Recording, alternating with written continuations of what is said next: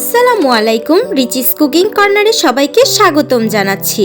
আজকের আয়োজনে তৈরি করে দেখাবো শীতকালীন একটি সবজি দিয়ে পাকোড়ার রেসিপি, আর সেটি হচ্ছে ফুলকপির পাকোড়া, যেটি বানানো খুবই সহজ। চলুন দেখে নেওয়া যাক এটি কিভাবে তৈরি করতে হয়। প্রধান উপকরণ হিসেবে লাগছে ফুলকপি। আমি একটি মিডিয়াম সাইজের ফুলকপিকে কেটে অর্ধেকটা পরিমাণ ব্যবহার করেছি। তারপর এগুলোকে ছোট ছোট টুকরো করে কেটে নিয়েছি। সাইজ কতটুকু রাখবেন সেটা নির্ভর করে আপনার উপর। চাইলে বড় করেও টুকরো করে নেওয়া যাবে, চাইলে ছোট করেও টুকরো করে নেওয়া যাবে। চুলায় একটি হাঁড়ি বসিয়ে নিয়েছি, এতে পর্যাপ্ত পরিমাণ পানি দিয়ে দিয়েছি। তারপর এতে দিয়ে দিচ্ছি স্বাদমতো কিছুটা লবণ। এতে আমি ফুলকপিগুলোকে ভাপিয়ে নিব, যাতে করে ফুলকপির ভিতরে যদি কোনো মেডিসিন থাকে বা পোকা থাকে সেগুলো চলে যাবে। ফুলকপিগুলোকে বেশি সময়ের জন্য সিদ্ধ করা যাবে না, সর্বোচ্চ 1 মিনিটের জন্য পানির ভিতরে রেখে এগুলোকে ছেঁকে নিতে হবে। অতিরিক্ত সিদ্ধ হয়ে গেলে এগুলো ব্যাটারে দিলে কিন্তু ভেঙে যাওয়ার সম্ভাবনা থাকবে। একটি হাতা দিয়ে নাড়াচাড়া করে আমি ফুলকপিগুলোকে ছেঁকে নিব। ছেঁকে নেওয়ার পর ফুলকপিগুলোকে দ্বিতীয়বার ধুয়ে নেওয়ার কোনো প্রয়োজন নেই।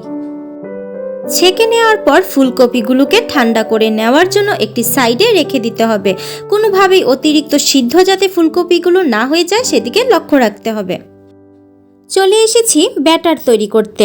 প্রথমেই লাগবে 1 কাপ পরিমাণ বেসন। দিয়ে দিচ্ছি আধা কাপ পরিমাণ চালের গুঁড়ো। চালের গুঁড়ো ব্যবহার করার ফলে পাকোড়াটি খেতে অনেক ক্রিস্পি হবে, তাই অবশ্যই এটি ব্যবহার করে নেওয়ার চেষ্টা করবেন। দিয়ে নিচ্ছি আধা কাপ পরিমাণ টেম্পুরা পাউডার। এটি আপনারা যে কোনো সুপার শপে পেয়ে যাবেন।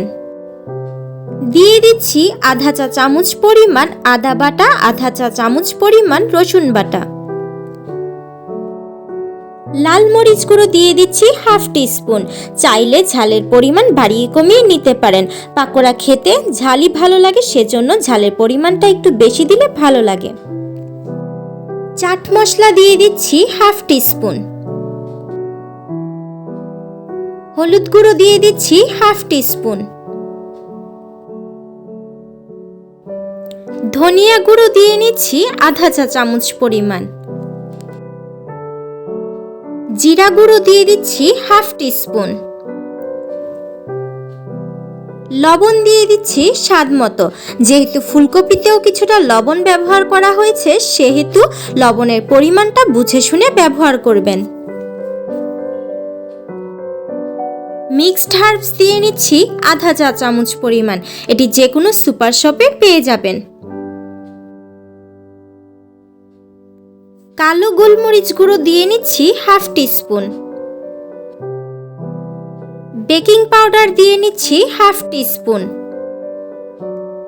পেঁয়াজ বাটা দিয়ে দিচ্ছি হাফ টিস্পুন। সব শেষে দিয়ে নিচ্ছি 1 টেবিল চামচ পরিমাণ ধনেপাতা কুচি। সবকিছু একসাথে মিশিয়ে নিতে হবে। এখন এতে দিয়ে দিচ্ছি পর্যাপ্ত পরিমাণে পানি। এখানে আমি ঠান্ডা পানি ব্যবহার করছি, তবে প্রথমে একবারে সবটুকু পানি ঢেলে দিব না, অল্প অল্প করে পানি ঢেলে মিশিয়ে নিতে হবে।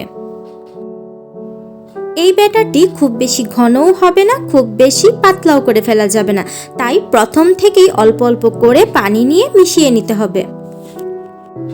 পানি কতটুকু ব্যবহার করেছি তা সঠিক বলছি না, কারণ এক একজনের এক এক রকম লাগতে পারে, তাই অবশ্যই পানির পরিমাণটা বুঝে শুনে ব্যবহার করবেন। আমার ব্যাটারটি তৈরি হয়ে গেছে। একটি চামচের সাহায্যে এর কনসিস্টেন্সিটা দেখিয়ে দিচ্ছি। এই ব্যাটারটি খুব বেশি পাতলা করে তৈরি করে নিলে দেখা যাবে ফুলকপি ভেজে নেওয়ার সময় ফুলকপি খুলে আসতে পারে, অথবা খুব বেশি ঘন করে তৈরি করে নিলে খেতে ভালো হবে না, তাই অবশ্যই বুঝে শুনে পানিটা ব্যবহার করবেন। ব্যাটার তৈরি হয়ে গেলে এটি রেখে দেওয়ার কোনোই প্রয়োজন নেই। সাথে সাথে একটি ফুলকপির টুকরো নিয়ে এতে ডুবিয়ে ফুলকপির চারদিকে খুব ভালো মতো ব্যাটারটিকে লাগিয়ে নিতে হবে। কোনো অংশে যাতে ফাঁকা না থাকে সেদিকে লক্ষ্য রাখতে হবে। দেখলেন তো, পারফেক্ট ব্যাটার হলে ফুলকপির গায়ে এভাবে ব্যাটারটি লেগে যাবে। তারপর চলে যাচ্ছি ভেজে নেওয়ার জন্য। চুলায় একটি পাত্র বসিয়ে নিয়ে তাতে পর্যাপ্ত পরিমাণে তেল দিয়ে নিয়েছি। তারপর একটি একটি করে ফুলকপি ব্যাটারে ডুবিয়ে নিয়ে আমি তেলে ছেড়ে দিব। তবে লক্ষ্য রাখতে হবে ফুলকপির টুকরো যাতে একটি আরেকটির গায়ে লেগে না যায়। খুব বেশি গরম তেলে ফুলকপির টুকরোগুলো ভেজে নেওয়ার চেষ্টা করবেন না, নয়তো উপর থেকে ব্রাউন হয়ে যাবে কিন্তু ভিতরে ফুলকপিগুলো প্রপারলি কুক হবে না। প্রথম অবস্থায় পাকোড়াগুলোকে নাড়াচাড়ি করার প্রয়োজন নেই। যখন এক পাশ হয়ে যাবে তখন উল্টিয়ে দিয়ে আরেক পাশ ভেজে নিলেই হয়ে যাবে। চুলার আঁচটাকে রেখেছি মিডিয়াম টু লো। পাকোড়াগুলো তৈরি করা হয়ে গেছে। এখন একটি স্টেইনারের সাহায্যে এগুলোকে ছেঁকে নিতে হবে। তারপর যে কোনো পাত্রে উঠানোর আগে সেখানে একটি টিস্যু রেখে নেবেন, তাহলে এক্সট্রা যেই অয়েলটা থাকবে সেটা ঝরে যাবে। এমন করে প্রতিটা ব্যাচ ভেজে নিতে হবে। তারপর চলে যাচ্ছি পরিবেশনে। ফিরে এসেছি পরিবেশন করে। পরিবেশনের সময় পাকোড়াগুলোর উপর থেকে আমি কিছুটা চাট মশলা ছিটিয়ে দিয়েছি, এতে করে খেতে আরও ভালো লাগে। ভিতরটা কেমন হয়েছে আমি একটি পাকোড়া নিয়ে তা ভেঙে দেখিয়ে দিচ্ছি। ফুলকপিগুলো ভিতর থেকে সিদ্ধ হয়ে গেছে। আশা করছি আমার এই রেসিপিটি আপনাদের ভালো লেগেছে। বাসায় একবার অবশ্যই এই পদ্ধতিতে তৈরি করে দেখবেন। আশা করছি কেউ নিরাশ হবেন না। আমার এই রেসিপিটি ভালো লেগে থাকলে আমার চ্যানেলটিকে সাবস্ক্রাইব করে লাইক, কমেন্ট, শেয়ার দিয়ে পাশে থাকবেন। আজকের মতো বিদায় নিচ্ছি, দেখা হবে আগামী পর্বে। সবাই ভালো থাকবেন এই কামনা করে বিদায় নিচ্ছি। আল্লাহ হাফেজ।